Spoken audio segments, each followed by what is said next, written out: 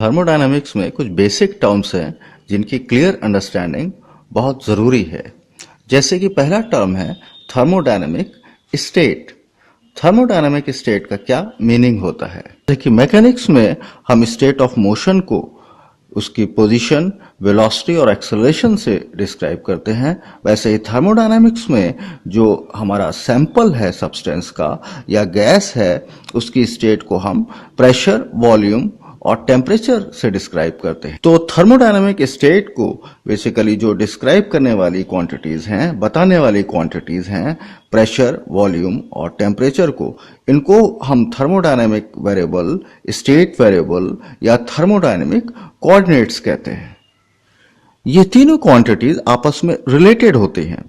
जैसे कि ideal gas के लिए हम इक्वेशन जो यूज करते हैं PV is equal to nRT।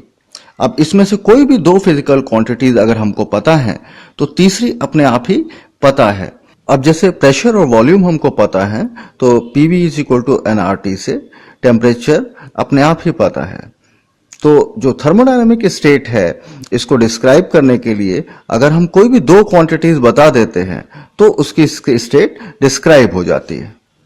और इन स्टेट वेरिएबल्स को कनेक्ट करने वाले इक्वेशन को इक्वेशन ऑफ स्टेट कहते हैं। जैसे कि आइडियल गैस के लिए ये PV is equal to nRT है।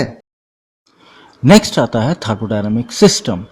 थर्मोडायनामिक सिस्टम वो सब्सटेंस है जिसका सैंपल हम स्टडी कर रहे हैं, जैसे कि किसी कंटेनर में कोई गैस।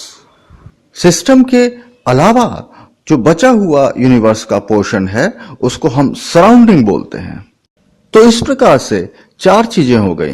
पहला सिस्टम, दूसरा सिस्टम की स्टेट, तीसरा स्टेट को डिस्क्राइब करने वाले पैरामीटर्स, स्टेट वेरिएबल्स, और चौथा सराउंडिंग।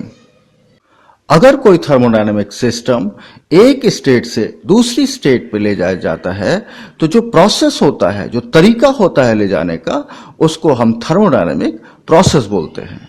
एक स्टेट से दूसरे स्टेट तक जाने के लिए इनफाइनाइट नंबर ऑफ प्रोसेसेस हो सकते हैं।